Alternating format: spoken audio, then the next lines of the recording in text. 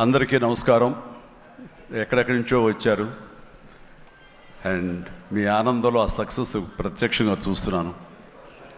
మొట్టమొదటగా ఇంత పెద్ద సక్సెస్ ఇచ్చి గత వైభవాన్ని మళ్ళీ పునరావృతం చేసినటువంటి, మాకు ఇంత ఆనందాన్ని పంచించేటువంటి తెలుగు ప్రేక్షకులు ఈ యావత్ ప్రపంచంలో ఎక్కడ ఉన్నా సరే వారందరికీ మనస్ఫూర్తిగా శిరస్సు వంచి నేను నా ధన్యవాదాలు తెలియజేస్తున్నాను. రిలీజ్ అయిన 4వ రోజో 3వ రోజో సరే ఇంట్లో నేను మామూలుగా క్యాజువల్ డ్రెస్ తోటి ఏదో టీవీలు చూస్తూ కూర్చుంటున్నాను. సక్సెస్ ఎంత అవుతుంది ఏంటని న్యూస్ వస్తుంది, ఆనందమే. చాలా హుషారుగా సుష్మిత లోపలికి వచ్చేసి, డాడీ వింటున్నావు కదా ఎంత బాగుందో అని అంటే, ఏసమ్మా ఏం డల్గా ఉన్నావేంటి, నీకు అఫ్కోర్స్ నీకు సక్సెస్ మామూలే కదా, 47 ఏళ్ళ బట్టి అనుభవిస్తున్నావు కాబట్టి పెద్ద కొత్త ఏం కాదు, కానీ మాకు మాత్రం చాలా ఎక్సైటింగ్ ఉందంటే, మరమ్మ కూర్చో, నువ్వు చిన్నప్పటి నుంచి అన్నం తింటున్నావు కదా అని అన్నం ఇవాళ తినమంటే బోరు కొట్టుకుని నేను తినంటావా? అది అమ్మ వండిందైనా, ఆ తర్వాత భార్య వండిందైనా, ఆ తర్వాత బిడ్డలు మీరు వండిందైనా, ఏదైనా సరే మన అన్నం మన కూరలు జీవితంలో ఎప్పుడు బోరు కొట్టదమ్మా. మళ్ళీ నెక్స్ట్ డే మార్నింగ్ దానికోసం అరులు చూస్తుంటాం, ఇదే ఆకలి అవుతుంది, ఎప్పుడు అన్నం పెడతారా అని ఉంటారు. కాబట్టి అమ్మ అన్నం ఎప్పుడు బోరు కొట్టవమ్మా. అలాంటిది ఆ సక్సెస్ అన్నది కూడా అలాంటిదే నాకు. ఎందుకంటే అది సీనియారిటీతోటో లేదా సీజన్ అయిపోవడంతో అండ్ మెచ్యూరిటీ రావడంతో ఏదో ఒక్కొక్కళ్ళు ఒక్కొక్కలాగా స్పందిస్తాం తప్ప, దీని లోపల మీరందరూ ఎంత ఎగ్జిబిట్ చేసుకుంటున్నారో, ఎంత బయటికి అందరూ చెప్పుకుంటున్నారో, అండ్ విజయోత్సవంగా మీరందరూ సాహు అనిల్ ఇలా తిరిగి మీరందరూ ఇది ఆస్వాదిస్తున్నారో, అంతకంతా నేను మనసులో ఆస్వాదిస్తుంటాను. అమ్మ ఒక్కొక్కసారి అనిపిస్తుంటే అంత అదృష్టవంతులు వీళ్ళు వెళ్ళిపోయి అందరితో ఇంటరాక్ట్ అవుతూ ఈ సక్సెస్ని ఇలాగ అందంగా అందిపుచ్చుకొని ఇదిగా ఆస్వాదిస్తున్నారు. ఆ అవకాశం నాకు లేదు కదా అంటే ఎంతో బాధపడుతుంటే, అది ఆ బాధ మౌనం కనిపించిందో కానీ ఇంకోటి కాదు. నేను వీళ్ళు మరీ చెప్పారు, మీరు వెళ్ళండి, ప్రజల్లోకి వెళ్ళండి, అది ఆస్వాదించండి, వాళ్ళతో పాటు మీరు ఇంటరాక్ట్ అవ్వండి, ఇచ్చే కిక్ అది వేరే అంతా ఇంత కాదు, అది మరింత ఉత్సాహం మరింత ఓతోగా ఉంటుంది. అది ఫ్యూచర్ సినిమాలకి అది ఫ్యూయల్ లాగా పనిచేస్తుంది. మీకు ఆ ఇంధనాన్ని తీసుకోండి, మరింతగా వర్క్ చేయండి అని చెప్పి నేను చెప్తుంటాను. అందులో వెళ్ళే ముందు నాకు చెప్పాడు వెళ్తానని, గో హెడ్ అన్న. వినాయక్ కూడా అట్లాగే తన ఠాగూర్ సినిమా తర్వాత, అన్నయ్య ఏంటన్నయ్య ఏం ఆనందంగా ఉందన్నయ్య, వాళ్ళు ఒళ్ళు నలిపేసేసారన్నయ్య, పిసికిసారన్నయ్య, మసాజ్ చేశారన్నయ్య, అది చేస్తుంటే ఆనందం పెరిగిపోతుంది అన్నాడు. నిజం, అలాంటివన్నీ నేను అనుభవించాను. అది నిజంగా అవసరం. ఈ రోజున అలాంటి ఉత్సాహం చాలా సంవత్సరాల తర్వాత మళ్ళీ ఆ స్టేజ్ మీద ఎప్పుడో 2-3 దశాబ్దాల ముందు ఇలా ఇచ్చిపుచ్చుకోవటాలు, షీల్డ్స్ ఇచ్చిపుచ్చుకోవటాలు అనేవి మనం ఎప్పుడు చూడలేదు. అలా ఎగ్జిబిటర్స్కి, బయ్యర్స్కి, డిస్ట్రిబ్యూటర్స్కి ఇలా మా చేతుల మీదుగా స్టేజ్ మీద ఈ రకమైన కళకళలాడుతూ జరుగుతుంటే కనుక, వా గత వైభవాన్ని మళ్ళీ వింటేజ్ చిరంజీవినే కాదు, వింటేజ్ ఫంక్షన్ సెలబ్రేషన్ కూడా తీసుకొచ్చిన ఘనత అనిల్ రావుపూడిది. So thank you so much. నాకైతే అది నాస్టాలజీ. అలాగే కొంచెం ఓపిక్గా ప్రతి ఒక్కళ్ళని ఆనందపరిచేలాగా షీల్డ్స్ ఇచ్చిపుచ్చుకోవటం, ఆ షీల్డ్స్ ఇంటికి వెళ్ళిన తర్వాత అక్కడ అలమారలో పెట్టుకుంటే అది చూసినప్పుడల్లా ఎన్నో స్మృతులు గుర్తుకు వస్తుంటాయి. అలాంటిది మళ్ళీ తిరిగి ఇలాగ రావటం, ఆ ఆనందాన్ని అందివ్వటం చాలా చాలా సంతోషం. అండ్ ఇందాక రాఘవేంద్ర వెళ్ళిపోయారు, ఆయన ఉండగా మాట్లాడాల్సింది. అనిల్ని చూస్తుంటే వర్కింగ్ స్టైల్ కానీ, ఆర్టిస్ట్ తోటి ఇంటరాక్ట్ అవ్వటం కానీ, వాళ్ళని మంచి గుడ్ హ్యూమర్లో పెట్టడం కానీ, ఇవన్నీ చూస్తుంటే నాకు 100% రాఘవేంద్రరావు గారే గుర్తుకొచ్చేవాళ్ళం. అండ్ ఇందాక ఆయన చెప్పినట్లుగా నాకు రాఘవేంద్రరావు గారే అనిల్ రావుపూడిని పరిచయం చేశారు. బాబాయ్ వెరీ గుడ్ డాన్సర్ తెలుస్తారు, నువ్వంటే చాలా ఇష్టం, నీలాగా దించేస్తాడని చెప్తుంటే కనుక అవునంటే అక్కడే ఉత్సాహం 2-3 స్టెప్స్ కూడా వేసాడు ఆ పార్టీలో. ఎప్పటిగా నువ్వు ఇతనితో సినిమా చేయాలి బాబాయ్, నీ కామెడీ టచ్కి ఇతను కామెడీ కన్సీవ్ చేసే కథలకి వాటికి భలే ఉంటుంది, ఆ రిజల్టే వేరు అన్నారు. మహానుభావుడు ఆ మాట అన్నారు. అప్పుడు అందాక అన్నారు కదా, విత్తనం నాటిన అది మా వటవృక్షం అయ్యేంత సక్సెస్ వస్తుందని ఊహించదు అన్నారు. ఆయన మంచి మనసుతోటి, పాజిటివ్ దీంతో, నోట్తోటి ఆ మాట ఆయన అన్నారు. అది ఈ రోజు మేము అందరం చవి చూస్తున్నాం. So thank you so much Raghavendra Rao గారు. అట్లాగే ఇంకొక పాజిటివ్ మనిషి, ఎప్పుడు ఇతని సక్సెస్ని హర్షించే మనిషి, సక్సెస్ కోరుకునే మనిషి. అలాగే నేనంటే ఒక అన్నయ్యలా ప్రేమ చూపించే వివి వినాయక్ కూడా ఈరోజు వచ్చాడు. అతను కూడా నాతో 2 సినిమాలు చేశాడు. చేసినప్పుడల్లా అతను మన షూటింగ్స్లో ఎంత ఉత్సాహంగా ఉంటాడో, ఎంత ఉత్సాహం మమ్మల్ని పరుస్తుంటాడో, అదే రకంగా అనిల్ రావిపూడి కూడాను మాస్కి సంబంధించి అంత గ్రిప్పు, అంత పట్టు ఉన్న మనిషి. అండ్ రాఘవేంద్ర గారు ఎప్పుడు ఆర్టిస్టులు చాలా గుడ్ హ్యూమర్లో ఉంచుతారు, సరదాగా ఉంచుతారు.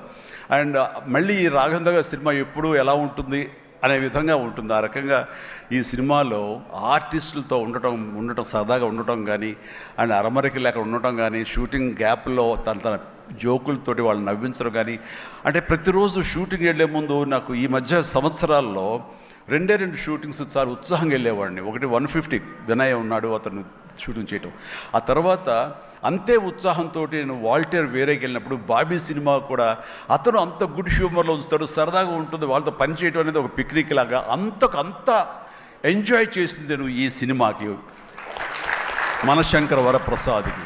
ప్రతిరోజు షూటింగ్ వెళ్తుంటే మధ్యలో ఎక్కడ రోజు షూటింగ్ లేకపోతే ఇంట్లో మామూలుగా కూర్చుంటాం, అదేదో డల్గా ఉంటాం అని కాదు కానీ స్తబ్దతగా ఉంటాం. అండ్ అబ్బా మీరు షూటింగ్ వెళ్తేనే హుషారుగా ఉంటారు, ఇంట్లో ఉంటే ఏదోలా ఉంటుంది, ఏ షూటింగ్ లేదో త్వరగా పెట్టమని చెప్పండి అనిల్ని అని సురేఖ అంటుంటే నేను నిజంగా అంటుంది అదే చెప్పాను. లాస్ట్లో షూటింగ్ అయిపోయిన రోజున ఎలాంటి ఫీలింగ్ అంటే ఒక స్కూల్ విడిచేసి వేరే చోటకి ఎడ్యుకేషన్ కోసం అందరూ విడిపోయి ఆయా ప్లేసెస్కి వెళ్ళిపోతాప్పుడు ఇదో తెలియని బాధ, తీపి బాధ ఒకటి మనసులో ఇదిగా ఉంటుంది. అలాంటిదే నేను గురయ్యాను ఈ సినిమాకి. అందరూ లాస్ట్ డే ఎమోషన్ అయ్యి కూడా అందరి యూనిట్ అందరినీ పిలిచి దగ్గరికి తీసుకుని వాళ్ళకి నా కృతజ్ఞత చెప్పుకున్నాను. ఒక వండర్ఫుల్ ఎక్స్పీరియన్స్ ఈ సినిమా నేను చేయడం. అలాంటి ఎక్స్పీరియన్స్ ఇచ్చినటువంటి అనిల్ రావుపుడి రైటింగ్ టీమ్కి, అనిల్ రావుపుడి అసిస్టెంట్లకి, ఏడీలకి, అసోసియేట్స్, అలాగే మన సమీర్ రెడ్డి కెమెరా వాళ్ళ అసిస్టెంట్లు అందరూ ఒక కుటుంబంలాగా కలిసిపోయాం. దానికి తోడు ఇంకా సాహు గారి వైఫ్ ఎవరైతే దీన్ని సమర్పించారో అర్చన గారు కానీ, వీళ్ళందరూ ఇంట్లో బిడ్డలాగా మా సుష్మితో పాటు ఆ అమ్మాయి కలిసిపోయేలాగా వీళ్ళందరూ చాలా ఇది కలిపి ఒక ఫ్యామిలీ లాంటి ఫీలింగ్ వచ్చింది. నేను ఎప్పుడు ఒకటి నమ్ముతాను, నాకు కానీ రాఘవేంద్ర గారు కానీ, నాకు కానీ కేసీ రామారావు కానీ, ఇలా చాలామందితోటి ఫ్యామిలీ అన్న ఫీలింగ్ వచ్చి డైరెక్టర్లకి, ఆర్టిస్టులకి, నిర్మాతకి ఒక మంచి గుడ్ రిలేషన్ ఉండి గుడ్ ఎమోషన్ కనుక సినిమా ప్రాసెస్ అప్పుడు జరుగుతున్నప్పుడు ఉంటే కనుక దాని రిజల్ట్, దాని ఇంపాక్ట్ ఖచ్చితంగా సినిమా మీద ఉంటుంది. అది నేను అనుభవిస్తూ స్వయం అనుభూతో ఉన్నాను. అలాగే ఇందాక నేను చెప్పినవి కూడాను అన్ని సక్సెస్ఫుల్ సినిమాలే. మిగతా సినిమాలకు వచ్చిందంటే ఏదో వర్రీగా, ఏదో డౌట్గా, ఏదోలా ఉంటుంది. కాబట్టి నేను తప్పు నా మీదే వేసుకుంటాను కానీ ఒకళ్ళ మీద నెట్టను నేను, అది కానే కాదు. కానీ నాలో ఉండే జోష్ ఇంట్లో ప్రత్యక్షంగా చూశారు కాబట్టి, అలాగే ప్రత్యక్షంగా సినిమా సెట్స్లో వీళ్ళు చూస్తారు కాబట్టి నేను ఇది ధైర్యంగా చెప్పగలుగుతున్నాను. అందుకని ఏ సినిమా అయినా సరే కష్టపడే పనిచేస్తాం, ఏ సినిమా అయినా సరే ఇష్టంతోనే పనిచేస్తాం. కానీ కొన్ని సినిమాలు ఎగ్జైట్మెంట్ ఇస్తాయి, కొన్ని సినిమాల రిజల్ట్ అలాగే ఉంటుంది. అలాగే ఈ సినిమా ఇంత రిజల్ట్, ఇంత వెరీ గుడ్ విజయం మాకు లభించినందుకు, మాకు ఇచ్చినందుకు, దాంట్లో మధ్యలో ఒక వారధల్లాగా పనిచేస్తున్నటువంటి బయ్యర్లకి, డిస్ట్రిబ్యూటర్స్కి, ఎగ్జిబిటర్స్కి, ఈ కళకళలాడుతూ ఈ సంక్రాంతి ఇంత బాగా ఉందంటే అందులో ప్రధానమైన కారణం ఈ సినిమా. అందుకని ఈ సినిమాకు సంబంధించిన సంబంధం ఉన్న 50 మంది బయ్యర్లకి, వాళ్ళందరికీ కూడా నా హృదయపూర్వక ధన్యవాదాలు, అభినందనలు తెలియజేస్తాను. నేను ప్రీ రిలీజ్ ఫంక్షన్లో కోరుకున్నాను అన్ని సినిమాలు బాగా ఆడాలి, అన్ని సినిమాలు కళకళలాడుతుండాలి, థియేటర్లకి జనం రావాలి అని అన్నందుకు నేను ఆ కోరిక మన్నించి ఏదో 1 సినిమా 6 సినిమా కొంచెం అటు ఇటుగా ఉన్నా సరే దాదాపుగా అన్ని సినిమాలు ఈ సంక్రాంతిలో ప్రజలు ఆదరించారు, వాళ్ళన్నిటికీ సక్సెస్ కలగజేశారు. అవన్నీ కూడా మంచి ఆయా రేంజుల్లో వాళ్ళకి, ఆ హీరోలకి, ఆ నిర్మాతలకి, ఆ ప్రొడ్యూసర్లకి, డైరెక్టర్లకి, వాళ్ళందరూ కూడా అలాగే ఈ సక్సెస్ దొరికేందుకు ఇది వెరీ గుడ్ సంక్రాంతి, జీవితంలో మర్చిపోలేని సంక్రాంతి. ముఖ్యంగా ఏంది వెంకీ సంక్రాంతి అంటే అదిరిపోద్ది సంక్రాంతి చూస్తావు అన్నట్లుగా అదే చూసాము, అదే అదిరిపోయింది సంక్రాంతి. Thank you. అండ్ ఇక ఈ సినిమాకు సంబంధించిన నా మిత్రుడు, నా సోదర సమానుడు, నా ఫ్యామిలీ ఫ్రెండ్, అన్ని రకాలుగా నా మంచి కోరుకునేవాడు, అతని శ్రేయోభిలాషిగా నేను. అలాంటి వెంకీ సినిమాలో ఉండాలని కోరుకున్నది నేను, అది కోరుకున్నందుకు ఉండేలా చేసినటువంటి అనిల్కి, ఆ తర్వాత 4-5 రోజులు 7-8 రోజులు ఎన్ని రోజులు కానీ ప్రతిరోజు నవ్వులు సెట్లో తమాషాలు అసలు ఎంత అంటే అంత కాదు. అండ్ యంగ్స్టర్స్ ఫీల్ అవుతారు, టీనేజ్ బాయ్స్ అలా ఫీల్ అయిపోయి ఇద్దరం. ఆహా ఓ యా ఇదే అల్లరి ఇదే రకంగా ఉంటుండేది.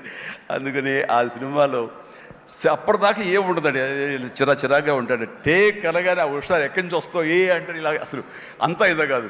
అండ్ నా సాంగ్స్కి అతను డ్యాన్స్ చేయటం, అతని సాంగ్ నేను రిపీట్ చేయటం, ఇలాంటి కాన్సెప్ట్ పెట్టి ఇద్దరి మధ్య బ్యాలెన్స్ చేసి ఎవ్వరికి ఏ అసంతృప్తి లేకుండా చేసి well knitted film with a 2 super stars, 2 big stars అన్న కలిసి తన తెలివితేటల్ని ప్రదర్శించుకున్నాడు అనిల్ రియల్గానే. ఇతని డైరెక్షను, ఇతను కన్సీవ్ చేసినటువంటి ఆ సాంగ్, ఆ సీన్స్, ఇవన్నీ కూడాను, అది వెంకీ ఇంట్రో కానీ అవన్నీ చూస్తుంటే ఎంత ప్లాన్ చేశాడు, ఎంత బాగా ఆలోచించాడు అంటే అంత ఇంత కాదు. అండ్ అందుకని ఎంత పెద్ద యాక్టర్లతోనే సరే, ఎంత పెద్ద సినిమాని సరే హ్యాండిల్ చేసే అంత కెపాసిటీ, క్యాపబిలిటీస్ ఉన్నటువంటి ఫ్యూచర్, మన Telugu industry future Anil Ravipudi. And Anil Ravipudi నాతో సినిమా మళ్ళీ చేస్తావా లేదా అది నీ ఇష్టం, అది ఎందుకంటే కారు వచ్చేసింది ఇంకెందుకులే అనుకోవచ్చు, నువ్వు పని అయిపోయిందని. లేకపోతే చెప్పు హెలికాప్టర్ ఇస్తావు, చెప్పు మళ్ళీ చేస్తానంటావు. కాబట్టి అది కాదు కానీ నిజంగానే నాకైతే ఇమ్మీడియట్గా మరొక సక్సెస్, ఇంకో షూటింగ్ కావాలి, మరొక సినిమా కావాలి కాదు, కానీ ఈ సినిమా చేస్తున్నప్పుడు ఎక్స్పీరియన్స్ ఉంది, అది మాత్రం నిజంగా మళ్ళీ ఎంజాయ్ చేయాలని నేను కోరుకుంటున్నాను, వెంకీ లాంటి మనిషి కోరుకుంటున్నాడు. బట్ ఎవరికి వస్తుందో ఛాన్స్, ఎలా వస్తుందో తెలియదు. ఇద్దరికి కలిపి వచ్చి ఫుల్ ఫెడ్జ్ సినిమాలు ఉంటే మాత్రం ఇద్దరిని చాలా చక్కగా బ్యాలెన్స్ చేయగలడు అన్న భరోసా, నమ్మకం ఇప్పుడు ఇండస్ట్రీకి, మాకు అందరికి ఇచ్చేసాడు. కాబట్టి definitely it has to happen when he only knows. Nobody knows.